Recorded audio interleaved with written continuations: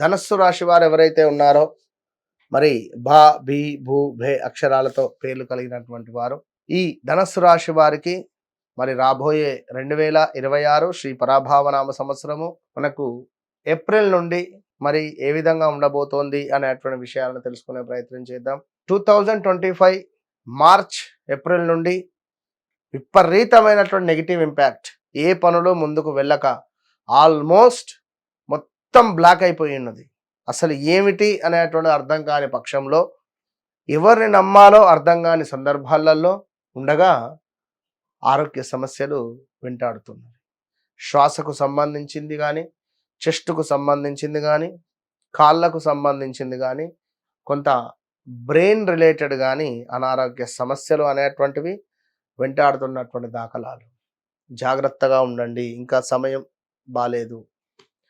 ఎప్పుడైతే 2026 దసరా దాటిన తర్వాత మీకు కొంచెం యోగదాయకంగా ఉంది. అదొక 6 నెలలు సుమారుగా. ఈ పరాభావనామ సంవత్సరం మొదటి 6 నెలలు అంతంత మాత్రంగానే ఉంది. తర్వాత 6 నెలలలో ఒక 5 నెలలు మాత్రము యోగించే పరిస్థితి ఉంది.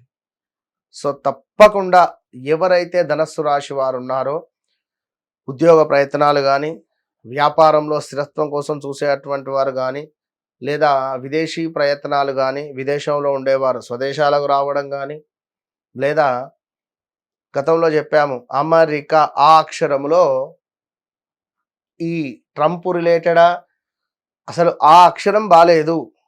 ఎందుకు బాలేదు? గతంలో చూసుకుంటే ఆ అక్షరానికి ఎగ్జాక్ట్లీ ఇదే 2000 సుమారుగా 5, 6, 7 ఈ సందర్భంలో కూడా కొన్ని ఇబ్బంది కలిగించే సందర్భాలు అక్కడ జరిగినవి. విదేశాలలో మార్పులు చేర్పులు ఏర్పడినవి గమనించుకోండి. ఆ టైంలో కూడా కొంత ఇబ్బందులు ఉండే.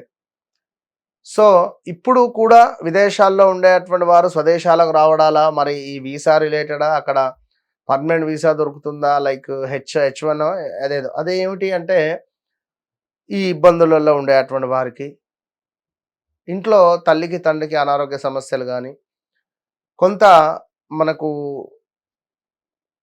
హౌస్ కన్స్ట్రక్షన్ రిలేటెడ్, గృహము నిర్మించాలి అనుకున్న గృహముకు సంబంధించింది ఏమైనా అవకాశాలు రావడాలు కానీ, ల్యాండ్ కొందాము అని అనుకోవడం కానీ, ల్యాండ్పై ఇన్వెస్ట్మెంట్ చేయడం కానీ, ఇలాంటివి కొన్ని జరుగుతూ ఉన్నవి.